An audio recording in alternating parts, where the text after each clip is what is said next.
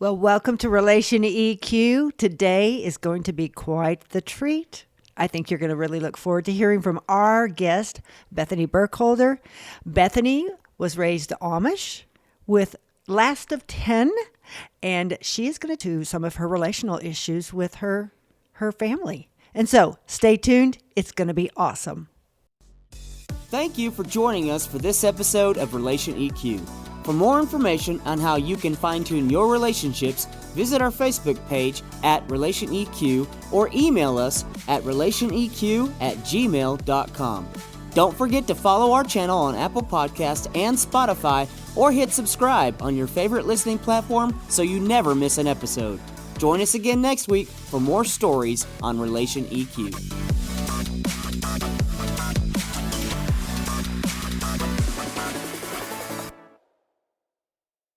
Well, welcome back to another episode of Relation EQ. Today we have a very special guest. We have Bethany Burkholder, and she is a sweet friend. I've known her for honestly just a couple of years, but she is one powerhouse of a lady, and I am honored to have her on the show today. Bethany, welcome to the Relation EQ studio. Thank you so much for having me. I really am excited to be here, and I've really enjoyed getting to know you as well. It's been a few years, like you said, but you and Brian both have just been two people that I'm like, I really want to get to know them better. And then I did, and I'm really glad I did. So thank you. It's been good. Well, we're going to jump in. Bethany has an unusual story, and I think that it's intriguing. I didn't have any clue whatsoever of her background until someone we were in a group setting and someone made a comment and cracked off a joke about Bethany being Amish, and I thought, oh, pshoo, no. I look at her and there is nothing Amish about her, and so I just blew it off. Well, then a little more began to brew, and I began to hear other people, and I thought, okay, maybe there is some truth to this. And so finally I just had to straight up ask her, Bethany, is it true? Were you raised Amish? And indeed she was. Well, from that moment on, I was like, okay, we are having lunch. And so she and I went to lunch, and I just had to hear more of her story. And I was fascinated about who she was. It wasn't so much about her being Amish as it was who was Bethany Burkholder. And so I hope today that you will get to see the amazing person, that as you hear her story, you're going to appreciate the wonderful qualities that she carries. And so I am truly excited to let you have a shot at just telling our audience. Now, I understand that you are already on social media. So Bethany, tell us a little bit about your TikTok and kind of what you do with that. Yeah, so I am on Facebook and Instagram and TikTok, but I've really used TikTok to share my stories about being raised Amish. Like, I show the house I was raised in, the school I went to, all those things, and people are really loving it. And it's really cool to see, because TikTok is one of the, I guess you could say, one of the hottest social media platforms, because it's growing, kind of like Instagram did 5 or 7 years ago when it was really booming. And so I honestly was going to use TikTok just as a way to kind of document my memories, because I'll have memories come up and I want to document them. And I'm like, TikTok, I can just do a video and, tell the memory.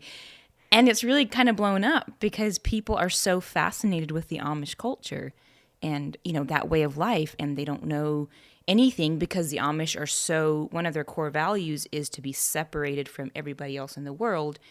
Because of their religious beliefs, they think that the world is, getting worse and worse, and so we have to stay out of it, and so they isolate themselves on purpose, and so no one really gets to see the inside because of that value that they have, and so the people who come out, when they start telling the stories, they're like, what? We didn't know that was, that was part of being Amish. So, well, I've only been to an Amish community once, and it was somewhere in Missouri. I could not tell you where we were, but as we're driving, because we were with some relatives, and they're like, let's go buy Amish pies. And I'm thinking, well, yes, let's go buy Amish pies.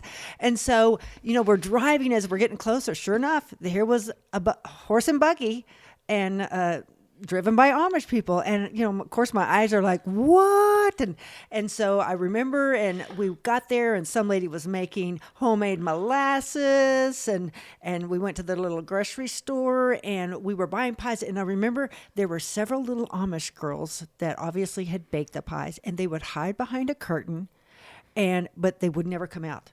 And, we wanted to talk to them. We were like, hi, hey, come on out. And no way. They were not going to do that. And so, that was kind of a little bit of the inside we don't show ourselves. And but there was that desire to connect with them and to just be nice to them and just, hello, how are you? But it didn't happen. But anyhow, we bought the pies, we went home, and we ate the pies.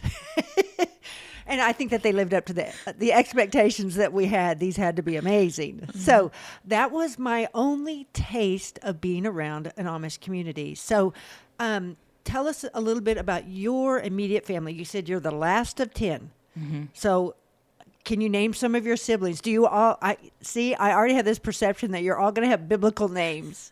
Is it true? Yes.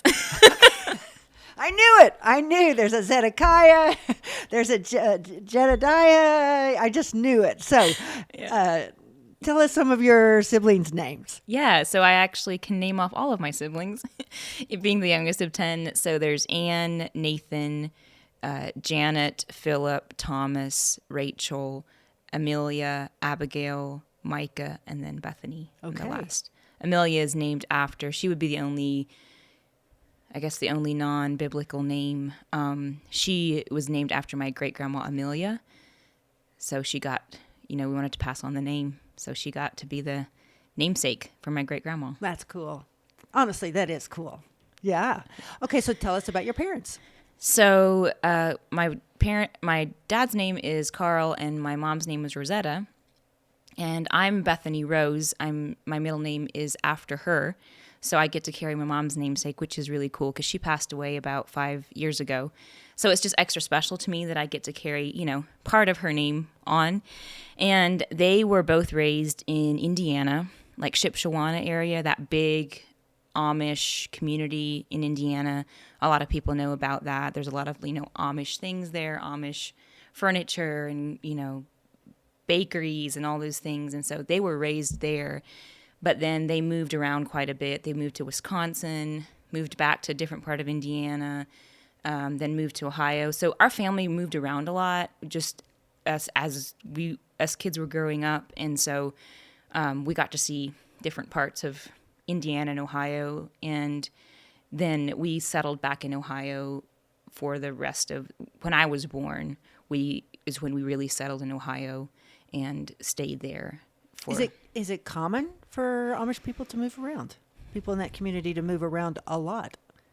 It kind of depends who your family is. So my dad and mom my dad was he was Amish.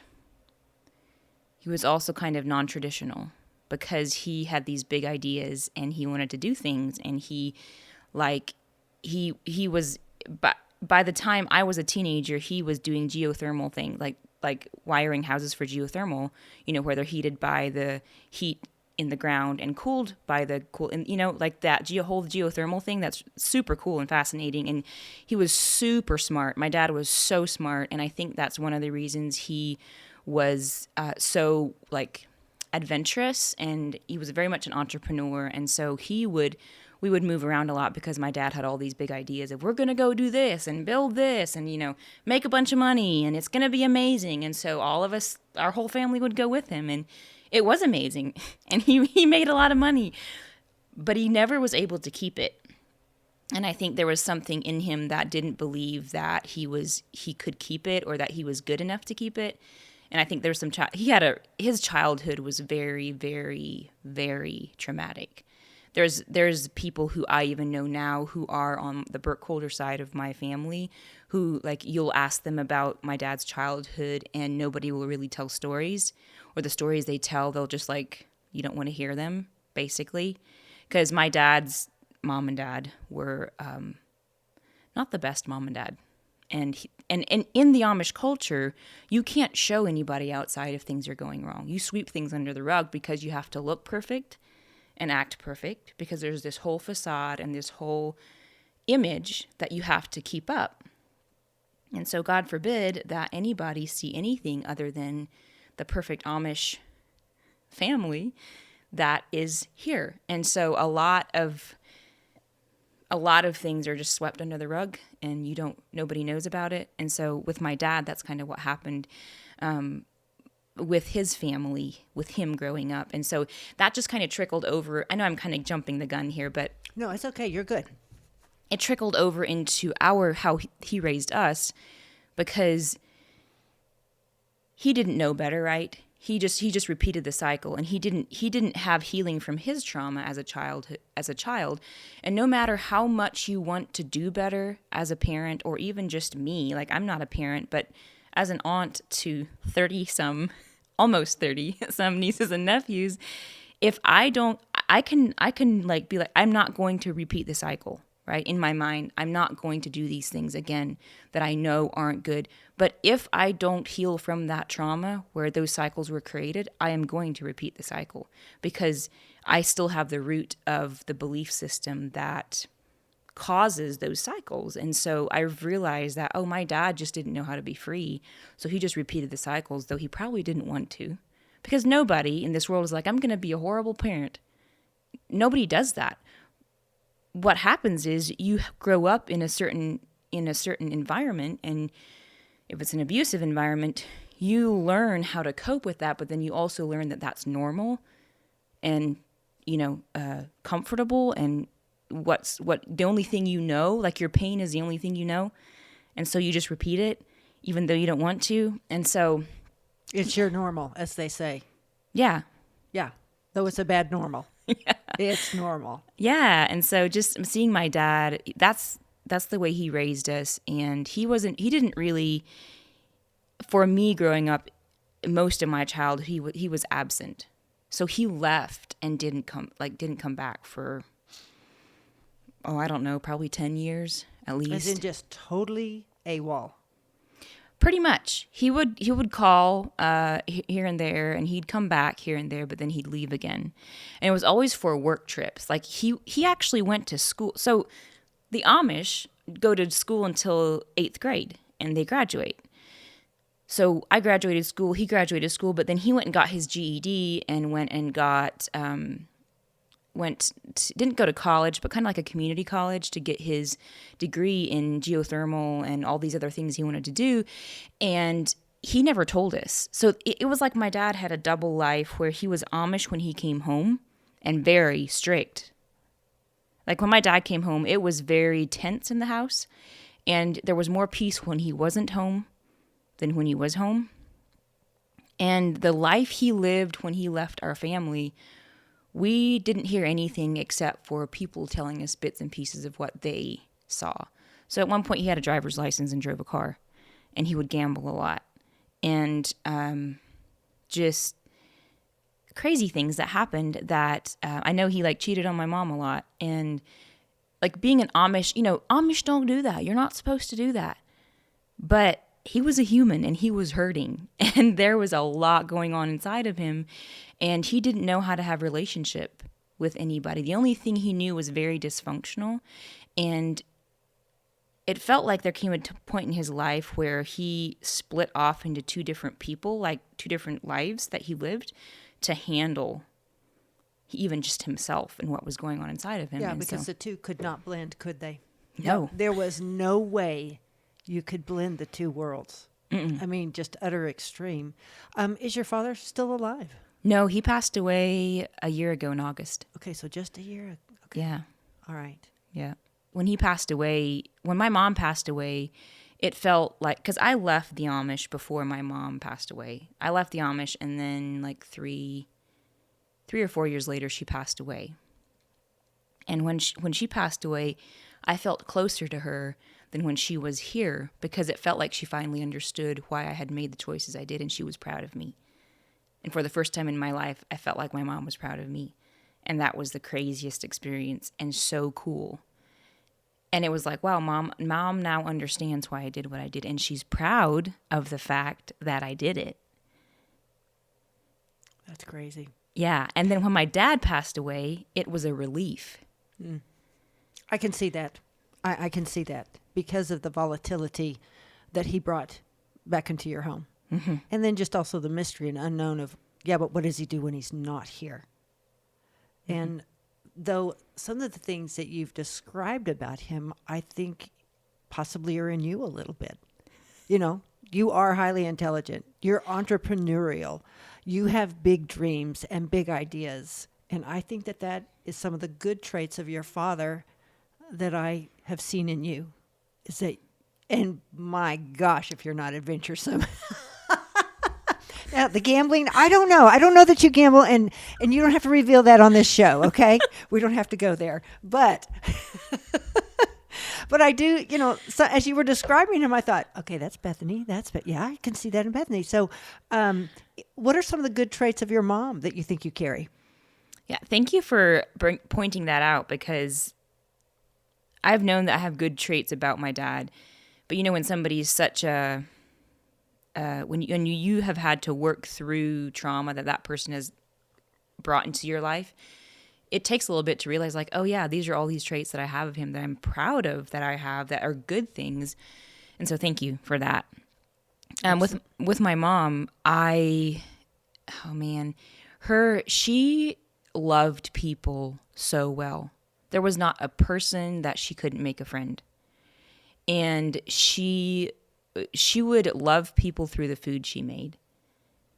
Like, okay, now you're talking to my soul right here, right here. I'm like, yes, I love people and I love loving them through food. So she and I would have been good friends. Oh yeah, yeah, and she was such a it was kind of a strength overextended, because she couldn't say no, but she wanted to just serve everybody and do especially her kids, and just do things for people. She was very much I will show you that I love you by the way that I do things for you, the way that I serve you. And like I said, she couldn't say no, so sometimes it was a little like, okay, Mom, can Rein you please it back in? Can you please say no, because like the family needs you, or like you need to rest, And so, but it was a strength she had, and she... everybody felt very comfortable and safe around her right away. She was that kind of person. And so, yeah, I think that I carry some of those traits myself. And I also picked up the trait from her on how to bake and cook. And I used to hate it so much because I had to do it all the time. I had to cook and bake at home growing up, and she had a catering business. So we made food all the time, and a lot of it. And I was like, oh my gosh, if I ever leave this place, I will never make food again. Which has not been true. I can tell you just a few months ago that she put out a text message. Hey, it's Bethany. I'm making Amish pies. Put in your order. And I was like, sign me up for coconut cream right now. And my gosh, if it was not one of the tastiest coconut cream pies I've ever had. Yeah. And, now that I'm out of it, I realize the blessing it is. And I actually feel close to my mom when I bake pies. Like, my pies was one of my mom's specialties. Even in the Amish culture, people are like, you can tell Rosetta's pies, which ones hers are. You could pick them out you could have this whole table full of pies, and I could tell you exactly which ones my mom's was by tasting them. Wow. And I got that from her, and so every time I make pies, I feel really close to her. It's just cool. It's kind of a selfish reason that I make pies, because I'm like, I want to feel close to my mom today, so I'm going to make pies.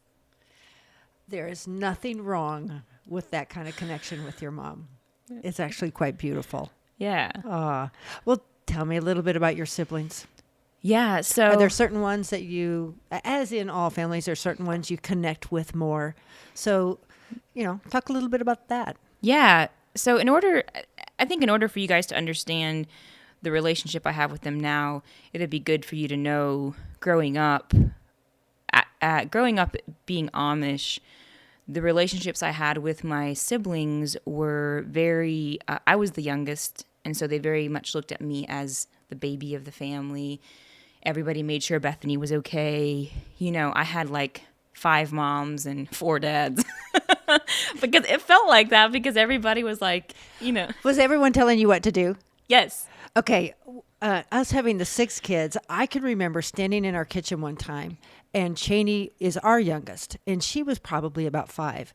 And I witnessed each, one of the siblings would come in and they would harass her, kind of pick on her and mess with her and aggravate her and then walk away. Well, then here would come another, mess with her, push her buttons, aggravate her, and then walk away and think nothing of it. And I thought, oh, wow. Well, I don't think it's her mom. Have I ever realized? Because she would always complain about, they're always picking on me. And I never saw it until that day. And I went, it is true. Because you're the littlest, they punch your buttons just to get an aggravation out of you. And I would imagine you probably experienced that as well. I did. That is a very real thing for the youngest. Like I see the youngest of my nieces and nephews now, and I see the same thing happening with them, and I'm like, oh, I get it. I understand exactly what you're going through. And then like they'll be like, Mom, they're all picking on me, and their mom's like, somehow like brushes it off. I don't know their mom doesn't mean to brush it off, but they're just like, it's fine, whatever. Get over it. And I'm like, oh no, don't do that to them because it's true. It is true. So mothers, listen up when that youngest one says it. It is true. Fact. Yeah, yes, because the oldest will also do it when the mom's not looking. Like they know when to push their buttons and how. And it's just it's good to always listen to your kid's voice no matter where they're at in the lineup, from the youngest all the way to the oldest, and get both sides of the story before and I know as a mom it can be hard because sometimes it's just a lot, especially if you have quite a few kids and it's like, oh my gosh, Lord help me, because right now I'm gonna like too many voices. There are too many birds chirping at me. Yeah, I totally get that. Yeah.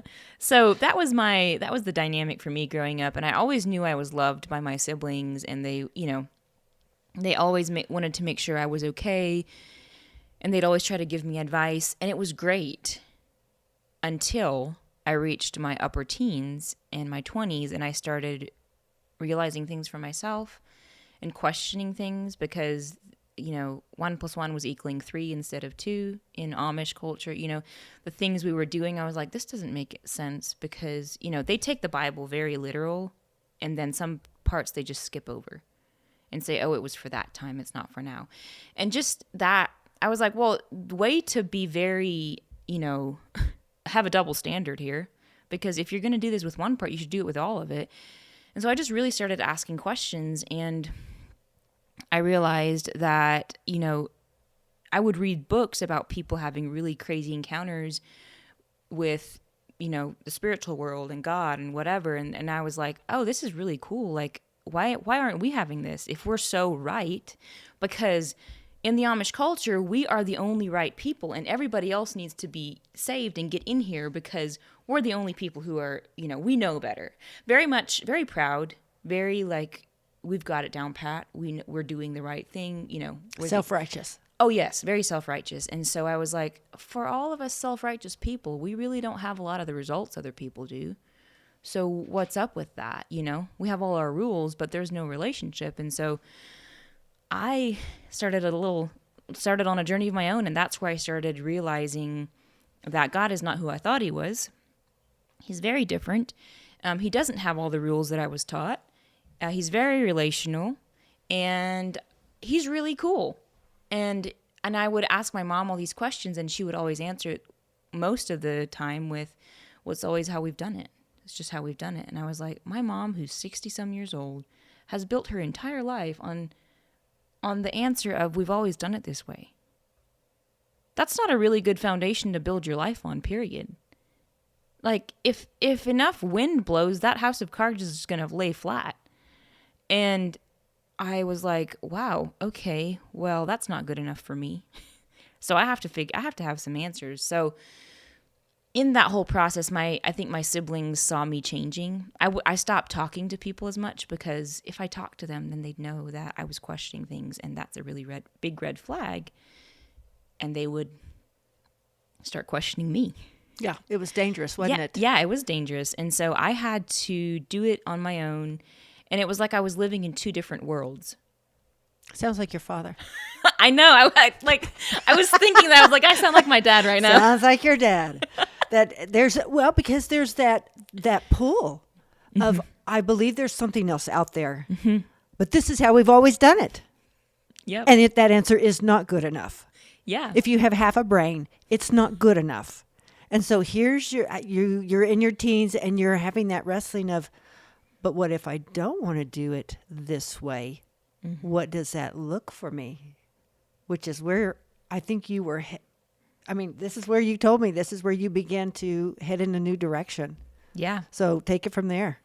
Yeah. So I realized over, to make a long story short, I realized that, because I would give God, tests. I would say, if you're real, or if this is true, then answer me this way, and He would. Crazy things happened, like unnatural things that like defy nature. Like they're just not normal. They don't happen unless you're like, oh my gosh, that was not, that was supernatural. And so those things would happen, and the more that they happened, the more I realized, the more the relationship with God grew, and the more the rules just stopped making sense. And I was like, that just does not make sense with what I'm experiencing. And that's actually a great point to make, is if you have children who are questioning you and why you do the thing, and they have to figure out for themselves, let them. The worst thing you can do as a parent, this is coming from a child's perspective, because when I went through that, the thing that would have helped me the most is if my mom would have tried to understand me and let me figure things out and be like a landing spot for me, to fall back on if I needed to, and never judge me and be like, well, I told you so, right?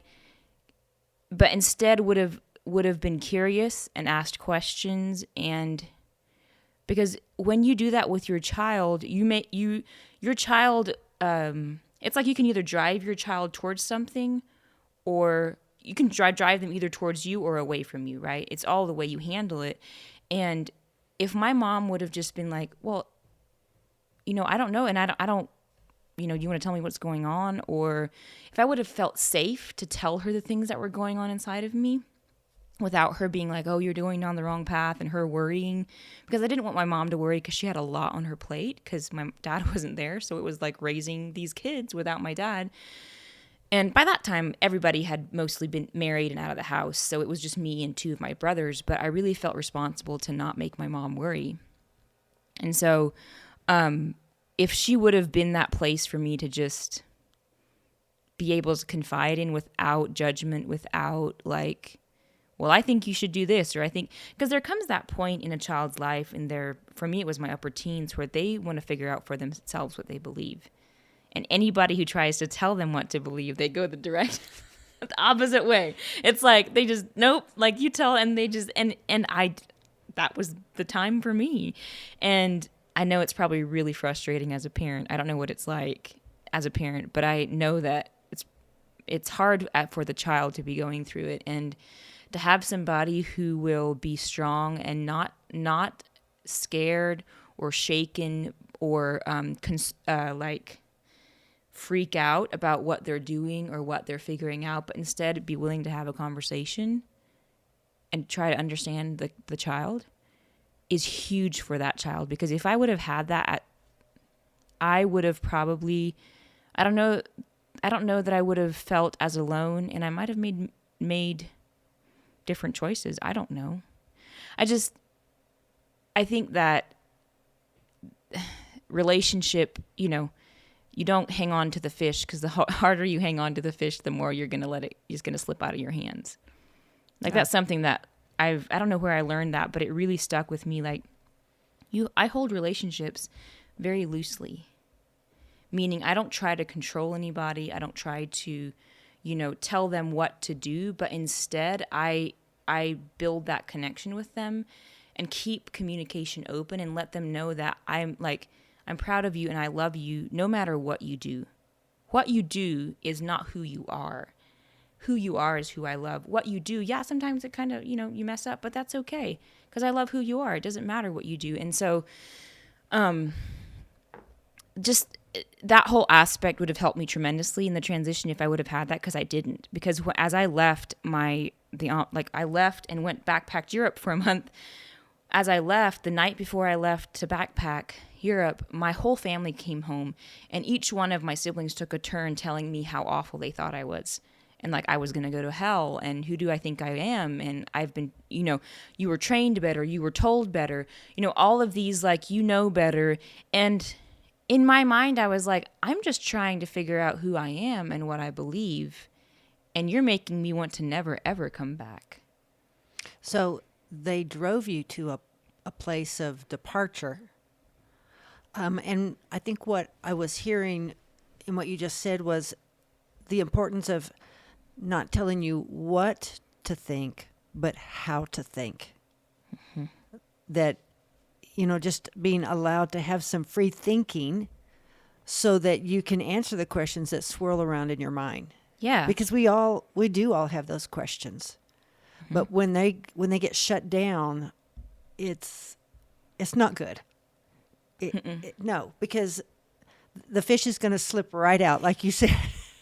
Yep. The questions have to get answered. Yeah. In your lifetime, those big questions have to get answered. And so you just alluded that at a certain point you had made a decision to leave. How old were you when you made that decision? And was it because there just wasn't free thinking? So I left when I was 21. But I was already making those decisions before I was 21, because in the community I grew up in, you weren't an adult, considered an adult, until you were 21, much like 18 is for most people. And so before I would turn 21, around 18, 19 is when I really started going after these things, because I knew that at 21 I could make my own choices. And I wanted to choose the truth. I really had a big hunger for the truth. I wanted to know, what is the actual truth? Because there's all these opinions and things I've been taught, but I don't really know that they're actually the truth. And so I started that journey before I turned 21, and 21 was just kind of like I've made my decision and I'm waiting to turn 21, kind of type of thing. And so the biggest driver was, there was no free thinking. It's very much we control you and tell you what to think and how to think. At a very young age, you're trained how to think about everything. And you're given these lenses, and you don't realize as a child the lenses you're being given until you grow up and you realize, oh, there's other lenses. There's other ways of seeing things. And, oh, you mean this isn't the only way? And the reason I think I was able to realize that earlier probably than most people is because my family wasn't the traditional, like I said, the traditional Amish family. We had a lot of non-Amish friends. We called them English people. English. Yes. So I would have been an English person. Yes. So you did have connection with the outside world. I did, because my dad used to be a bishop, and the bishop is like the Pope for the Catholics. It's the highest rank of authority that you can have in the Amish community. And there was this power struggle and these things that happened in ministry, that whole, the deacons and the bishops and the ministers and all of them really, it was mostly because my dad was doing things he wasn't supposed to as an Amish person. That double life I told you about, it kind of caught up with him. And I don't even know what all happened. I just know that my dad got excommunicated.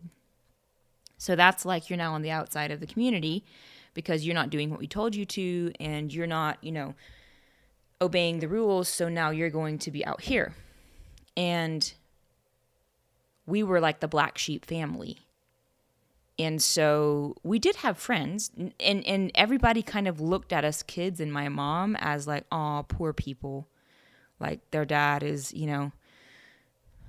being led astray. And so, and I think the people in the community felt like they needed to like mother and father us because of that. And we really resented that as kids, because it would have been nice to just have people to just who would try to understand and just be friends instead of trying to like be another person in our life who's trying to tell us what to do. So that all made us go find friends in other places, because believe it or not, the English people were way more accepting of us than the people in our culture. Like my friends who weren't Amish, I could say whatever I wanted to around them, and they weren't like, "Oh, you're horrible. You should never say that." Or, they weren't judgmental. They weren't condemning. They just accepted me. Like, okay, or they think it was funny, or it was never a you can't say what you think and you can't be who you are because you don't fit this box that we have for you. And so with that, it was way more fun hanging out with them than with the people in the community. And through that is really how I learned that there's all these other ways of thinking, and like the world is a much bigger place. Like I realized, the world is a way bigger than this, community of people that I'm in. And You mean I can do something other than make pies? Yes. And lots of them? Yeah. And that's where it all started, I think, even as a child.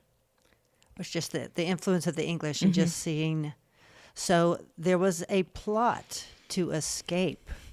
You want to tell our listeners about the plot? Yeah. So my sister, I turned 21 in May, and my sister Amelia had gotten married in March. And she lived in Florida, and she had already left the Amish, and she was, one of the English people. And my family would often tell me, like, be careful, don't talk to her too much. Like, I knew that Amelia was like the black sheep of the family. And my mom was really concerned. But I was always curious. Like, I wanted to hear from Amelia. Like, why did you do what you do? And, what made you decide to leave? And all these things. And I would get to here and there. My mom was very, made sure that if Amelia was around, that I didn't get to spend too much time with her alone. She knew, didn't she? Probably. She probably could sense this one will fly. She'll fly the coop. Yeah. Yeah, probably. And so Amelia got married in March, and then I turned 21 in May. And through that whole summer, I would talk with Amelia a lot on the phone whenever I could. Wait, that's a phone. How did you get a phone? So we had landlines in our house because we were New Order, and the New Order like sect of the Amish culture are allowed to have like landlines in their homes, and all basically depends on the bishop and what he decides is right. Okay, essentially. So you had a phone. Yeah, we had landline phones, and so I could call her whenever I wanted to, and I would, but I had to be careful because she was the only person I could talk to through this whole like figuring things out, who would understand and wouldn't try to, would ask me questions and would be like, okay, well, you figure that out for yourself. She would never tell me what to think. And sometimes I just was like, please just tell me what to think right now. She's like, I'm not going to do that. You have all these people telling you what to think. I'm not going to tell you. I loved and hated her for it because it forced me to think for myself. And I realized that thinking for yourself isn't the easiest thing in the world. But it also is one of the best ways to have free, like you learn how to think for yourself. And so I talked with her that whole summer and, had those experiences with God. Really that summer was me really putting the test, putting God to the test and what I believe to the test, and the people in my life, really figuring out what is the truth and what, and so I reached the point in August where Amelia had told me they're going to go backpacking in Europe for a month. And my brother Nate was going to go along. He was still Amish. And one of Lyra and Amelia's friends were going to go along. And I was like, this is my way out. What? I couldn't, because she'd asked me if I want to go along. And I said, yeah, I want to. And Mom was really concerned because in the fall And in the spring, the Amish have this thing they call, it's like communion, where they have church all day. They take communion. It's a time to confess all your sins, make things right with everybody. You know, and nobody can miss that church. Like that church service, if you're a member of the church, and I was a member because I had been baptized, because I was like, I just want to be baptized because I believe in Jesus. And I asked the bishop, I was like, hey, can I just be baptized because I believe in Jesus and I don't have to be a member of the church? And he's like, no, you can't. When you get baptized, you automatically become a member of the church. And I was like, oh, crap. Well, I can't, like, okay, in my mind, I'm getting baptized because I believe in Jesus, and the church is, I'm not a member of the church. I had a whole world in my mind that nobody knew about. And so when that happened, as it was another red flag, I was like, oh, you're just trying to control me. Okay. Well, that's interesting. So fast forward to the summer that I was telling you about, I was like, and so that's why Mom was like, well, you can't leave because we're about to have, communion and you have to be here for that. And I was like, do I though? Like, it's my life. I'm 21. Why can't they let them come talk to me if they have a problem with me? It's not you're not, you're my mom, but I'm an adult now, so I'll make my own choices. Thank you very much. Basically told my mom that. I was like, they can come talk to me if they have a problem with me. Did they come talk to you? Well, this is the thing. I had to tell all my clients that, so I made the decision to leave and backpack Europe and just not come back. So I had clients, I did house cleaning. So I had to tell my clients before I left that I was not coming back. They'd have to find somebody else. Well, I couldn't tell them the real reason because they knew everybody most of the people in the community, and everybody in the community would find out. And I didn't want anybody to find out. I was just going to tell my family right before I left because I knew if too many people found out, all this drama and, the pressure. And so I had a plan. Well, the one client that I told, she was a good friend of our family's. And anyway, her husband owned a business that a lot of Amish guys would go to buy things to build houses. And I told her the real reason. And she's like, oh, I'm not surprised. I saw it in you. And I was like, okay. So I told her the truth, and she told her husband, and I know they probably didn't do it on purpose, because I told her, like, if I tell you this, you can't tell anybody else. She told her husband, and her husband told my uncle, and my aunt is the biggest gossip in that community. So everybody found out immediately. And this was like weeks before I had planned on leaving. And I was like, oh my gosh, my worst nightmare is happening right now. So the bishop talked to me. My cousin, the bishop was my cousin. The pastor was my cousin. They both talked to me. And I was just like, there's nothing you can do about it. I'm taking my membership and leaving. And they're like, well, you can't do that unless we approve it. And I said, watch me. It's my membership. It's mine, not yours. You don't own me. Own me.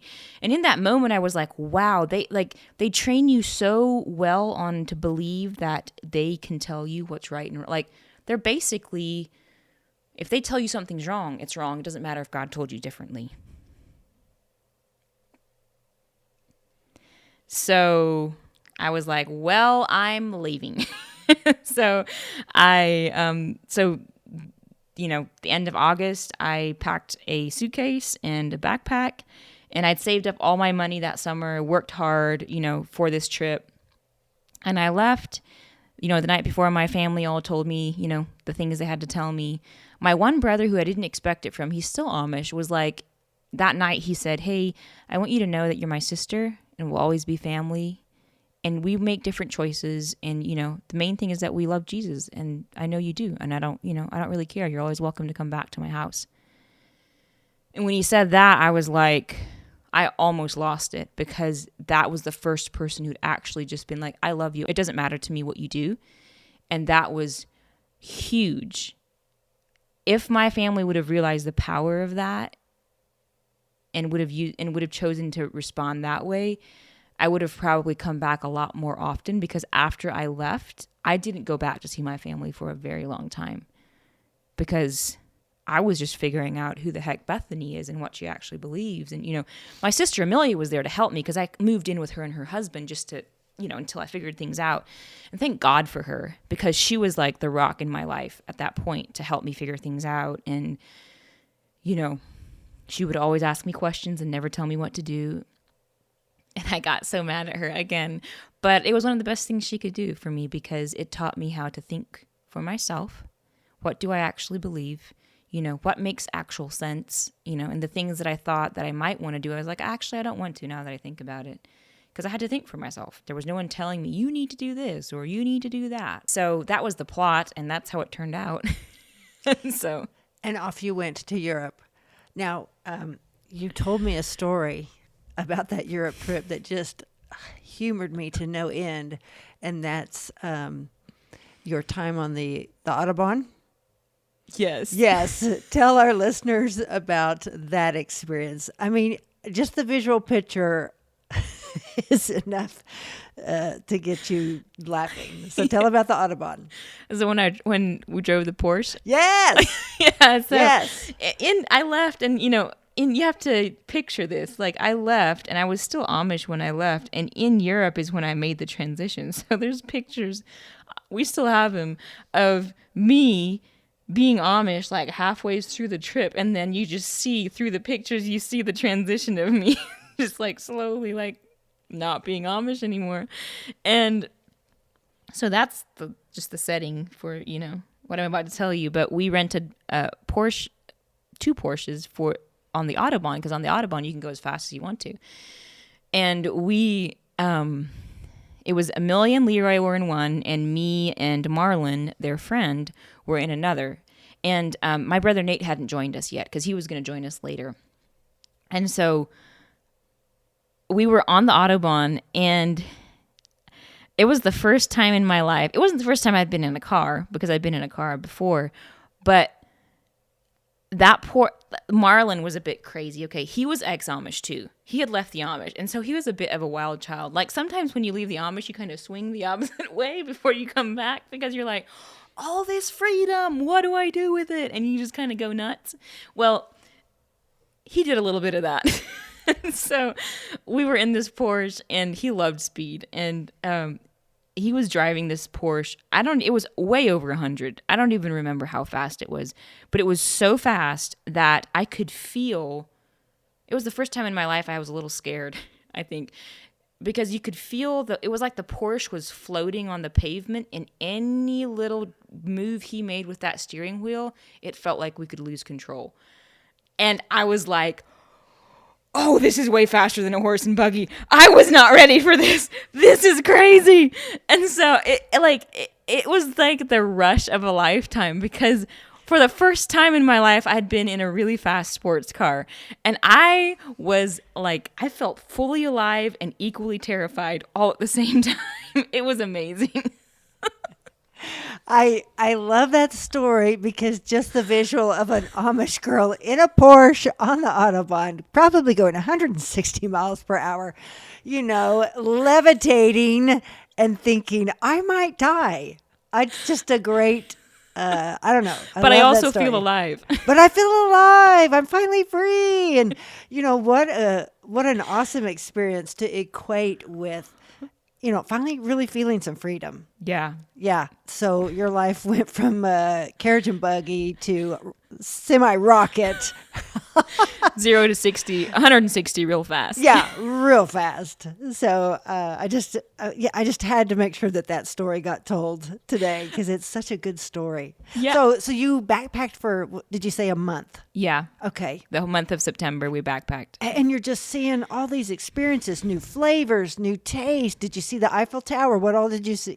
Some of the things that you saw. Yeah, that was the cool thing, is like, I'd known my whole life there was more, but then I got to see it, and I was like, oh my word, there is a whole lot more. And I loved traveling. Even when I was Amish, I loved to travel. And I got to see the Eiffel Tower, the old part of Rome, the Colosseum. We were going to go to the Vatican City, but they were closed. We went on a Sunday, and that was the only day they were closed, and we were going to leave the next day. We were so bummed, but we got to see the Basilica and all of the old church houses, and we went to the Alps in Switzerland, and we is it called hang gliding, where you like run off the side of a cliff? Is it hang gliding or parasailing? No, parasailing. Paragliding. Paragliding. Yes. It's something in the air where your feet are dangling. Yes. And it can be a little terrifying. Yes. Yes. We paraglided in the Alps. That was unforgettable. Had all kinds of German and Italian food.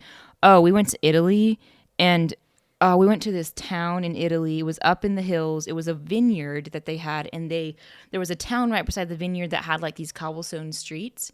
And I remember sitting there outside because they had these chairs and tables outside of the restaurants. It was like romantic, and like there was flowers on the wall, and and I had a glass of wine, which in the Amish culture, you don't drink wine unless it's in communion.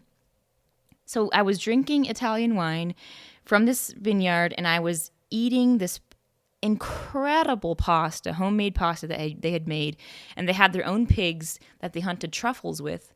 And there was like it was like the truffles that their pigs had hunted, and they took those truffles and made a truffle, oil to put on the pasta. And I was eating this pasta and drinking this wine. And I remember sitting there, and it was one of the most happiest moments in my life, because I was like, I feel so free. And this is the best food I think I've ever had. And like, I don't think life could get much better. I'm in Italy. So it was just the coolest thing. And so I got to see a lot of the, Trafalgar Square, and that's England. Sorry, I'm getting that mixed up. That's not Europe. But so I got to see a lot of the things in Europe that, most people go to see, and it was amazing. And the thing is, like, there was so much happening on the inside of me on that trip, because I was just figuring out like who the heck I was and what was going on the inside of me, that I was present and I loved it, but I wasn't as present as I could have been because of the turmoil that was going on inside of me. Did you feel guilt? Yes. I felt waves of guilt and shame and joy and freedom and excitement and being terrified. Like, I went through all of these emotions when I left, because a lot of the guilt and shame was the voices in my head that I heard from my family and my community. That was, I personally wasn't guilting or shaming myself. It was those voices that I had been taught, are the ones you listen to. And so I left, and I wasn't listening to those voices, but they were still in my head, And so it was a lot of emotions going on inside of me. And I felt very like, oh my gosh, people know that I left the Amish. Like, and Amelia's like, you're the only person, nobody knows, but when you leave that, you're like, oh my word, they know that I'm not Amish, and and people would probably only know because of how I handled myself. If I acted like I was ashamed, people would have probably been like, well, I wonder what's going on with her. They would have probably never guessed I was Amish, right? But in my mind, the world in my mind was so real that I thought other people knew that I had left.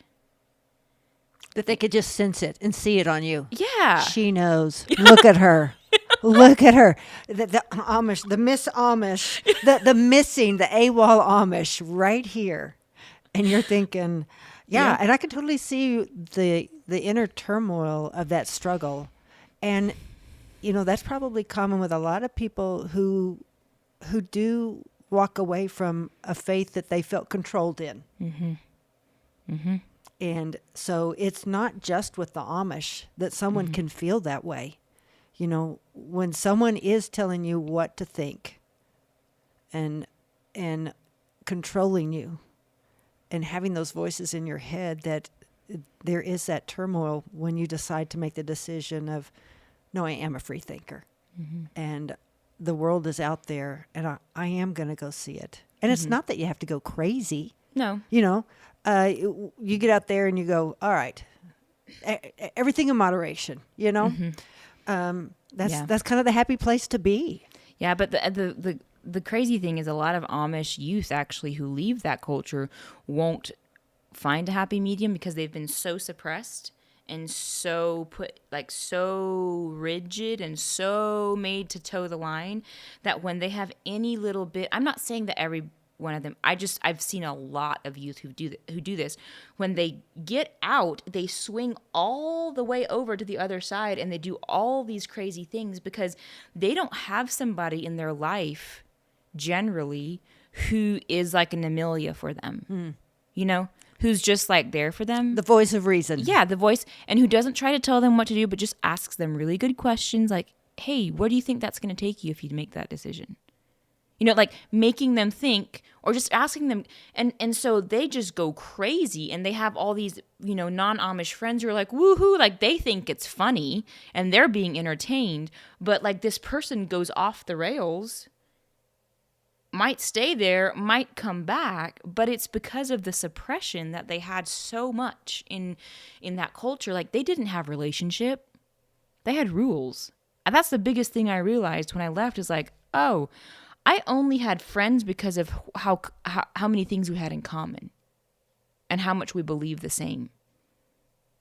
Because when I left, none of my friends really stayed in contact. Like my friends actually told me that I was doing the wrong thing, and they were the people who wanted to leave as well.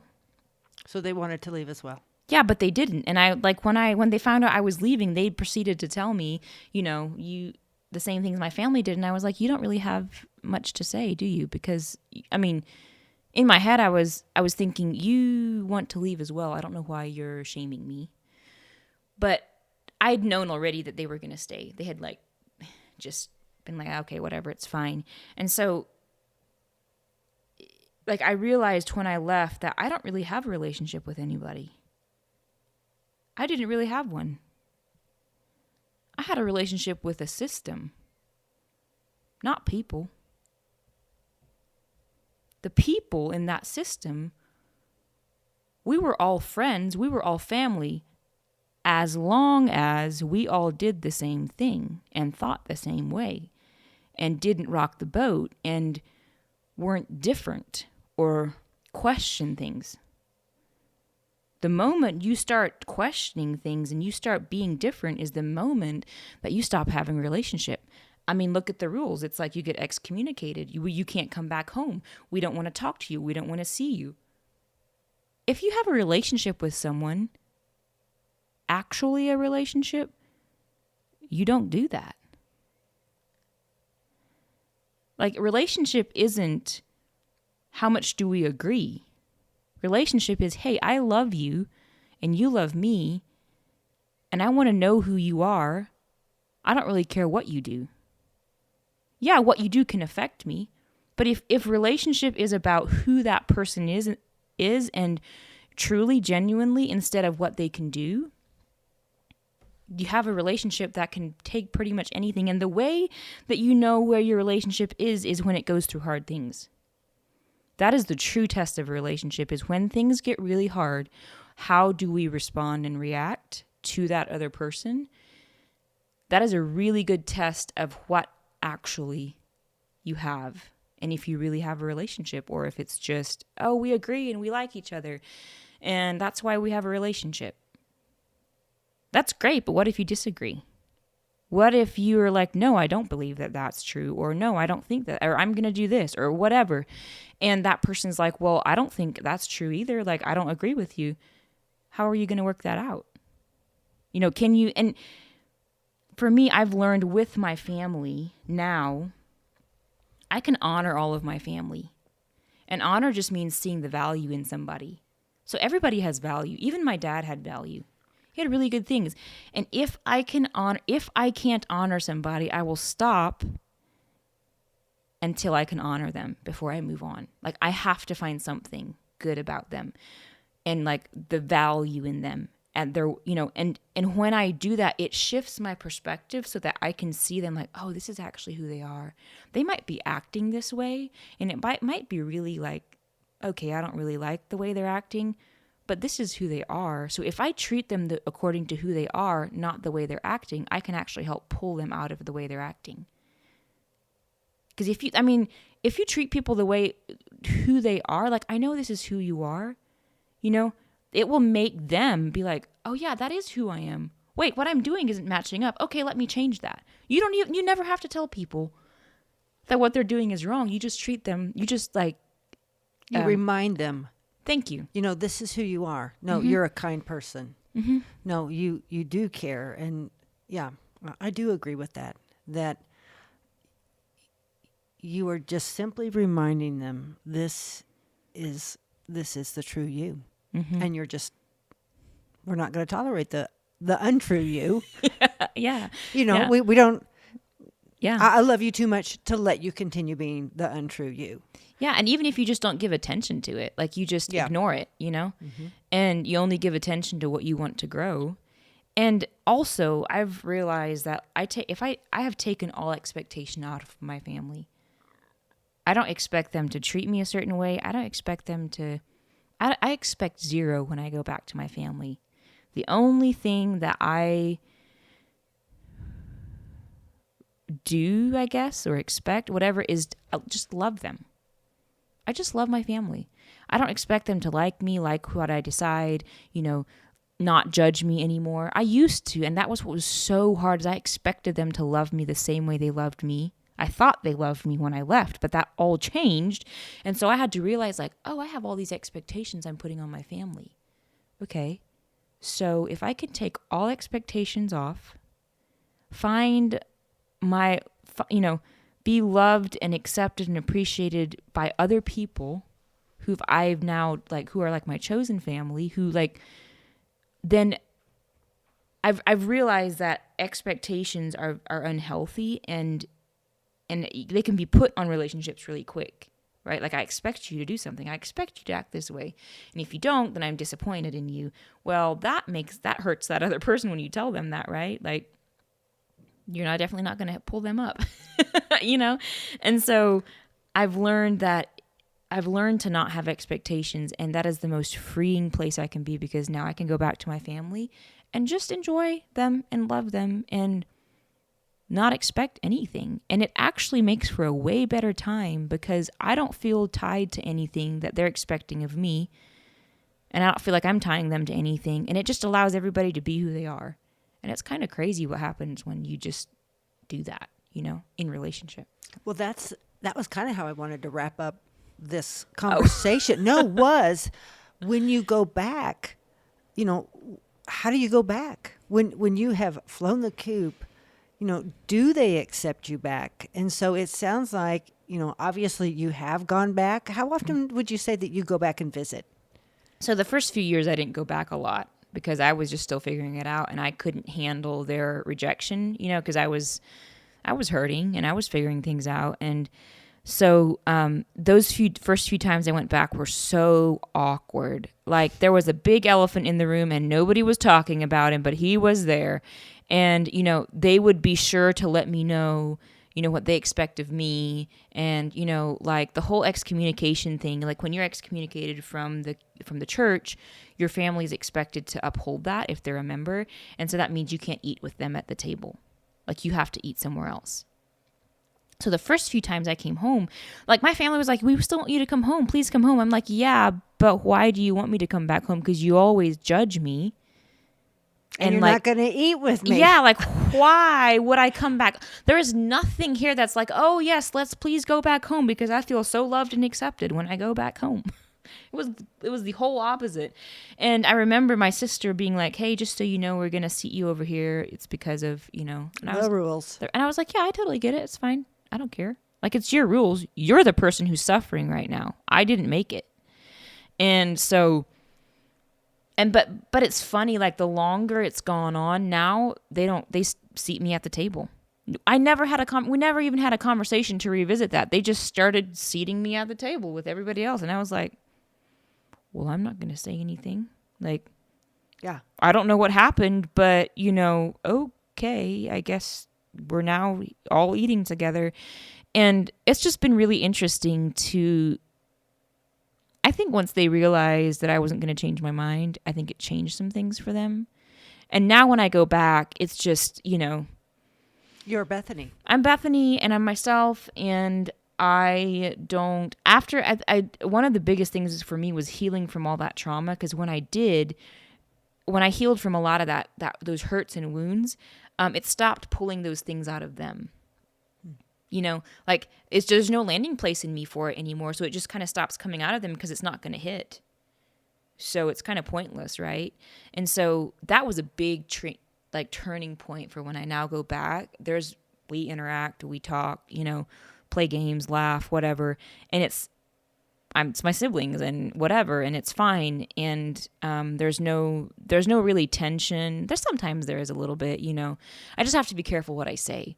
I can't talk about anything that I believe or my views or how I've changed and grown, because it would really, really make them wonder if I was still, sane. Right. It would be too far of a stretch for them. Yes. So it's just using that, that discernment Mm-hmm. to know, okay, they're just not there yet. Mm-mm. And, it doesn't mean that they'll never get there. You always hold out that hope, but it's just being wise Mm-hmm. and discerning to know why frustrate them. Right. Why cause any agitation? Our time together is little, and just making the best of it. Yeah. And so that when you leave, it's like, that was really a sweet time. Yes. That was quality, good time. Mm-hmm. And the point wasn't to change each other, was it? Mm-mm. You're not going to change them. And you you have made your bed, Yeah. And so it is that Mm-hmm. of just going, this is precious time. Let's enjoy it to the fullest. Let's have the food. Let's play the games. Let's laugh, and let's love. Mm-hmm. And so I think that's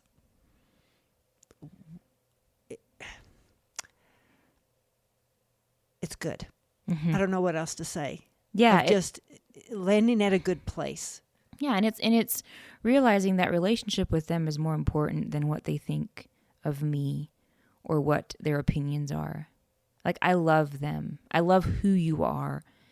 And I love you because you're my family, and I love you in spite of the things that you think I'm doing wrong. I don't really care about what you think about me because I love who you are. I don't love your judge. I don't love your judgments or your opinions. I love you. And I want to spend time with you. And, if that comes up, we can talk about it, but I'm not here to talk. I'm not going to talk about those things with you because I know that we don't agree. And I know that I would love to have those conversations with you where we don't agree. Like, I would love to discuss things like, okay, what do you think about this? And I tell you what I think about it, and no one gets offended and no one gets, all, feathers ruffled, but they can't do that. I know they can't. So for their sake, I'm not going to bring up those subjects because I know that it would just divide instead of unify. And they don't know how to have a conversation, disagree with somebody, and still love them and honor them and be friends with them. Like, it doesn't matter that you think a different way politically or spiritually or relationally or about God or whatever. We're still friends. I love you. I like you. I like who you are, right? And people don't know how to most people don't know how to separate those things, right? But I've learned how to do that with them, and it's been one of the best things I could have learned. So, Bethy, if I'm honest, I'd have to say that I've probably been more in the Amish camp, and that I've had to learn to accept some things. And I've had to grow in my love and appreciation. So I can hear both sides of this. I truly can. mm-hmm. And so I tend to believe that I've grown in that area, and I just want to keep growing in that. Mm-hmm. Truly, I do as a person, is to be more open-minded and free. Mm-hmm. And so, but I tell you, I love your story.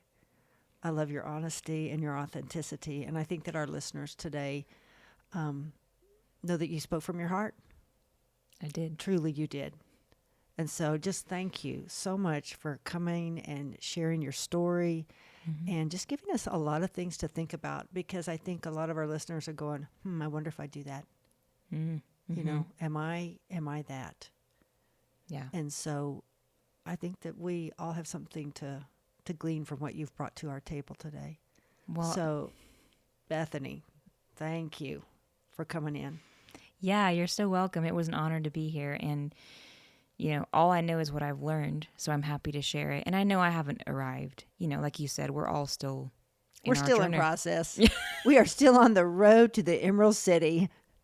Yes. Yeah. And that's the fun, is the road. So. Yes, that yellow brick road and all the crazy people we meet along the way. Yeah. Is it not? Yeah, for So, sure. once again, thank you so much. Our guest, Bethany Burkholder, such a delight and such an inspiration. So, we're going to wrap it up for today, but make sure you listen to our next episode of Relation EQ. We love to bring interesting guests who have something worthy to say, and that truly was today. Thank you, Bethany. You're welcome. Thank you for joining us for this episode of Relation EQ.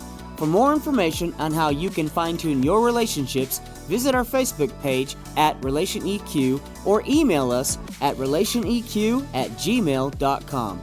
Don't forget to follow our channel on Apple Podcasts and Spotify, or hit subscribe on your favorite listening platform so you never miss an episode. Join us again next week for more stories on Relation EQ.